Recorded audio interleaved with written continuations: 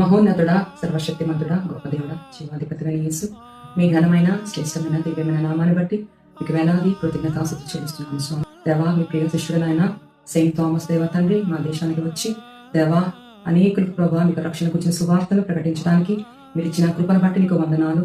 అవును తండ్రి, నశించిపోతున్న మమ్మల్ని దేవా పాపముల నుండి శాపముల నుండి తండ్రి విడిపించి మీరు ఇచ్చిన గొప్ప రక్షణ బట్టి నీకు వందనాలు. ఇంకా అనేక మంది ప్రభావ మా దేశంలో తండ్రి నశించిపోతున్నారు. మా దేశాన్ని మీరు జ్ఞాపకం చేసుకోండి. ప్రతి ఒక్కరూ కూడా ప్రభావ మీ నామాన్ని ప్రకటించే వారిగా, ప్రతి ఒక్కరూ కూడా మీ నామాన్ని తండ్రి హెచ్చించే వారిగా తండ్రి ఇదిగో ప్రభావ ఈ లోకం ఎదుట నాయన మీ నామాన్ని గొప్ప చేసేవారిగా మేమందరము ఉండలాగా నాటి కృప మాకు దయచేయండి.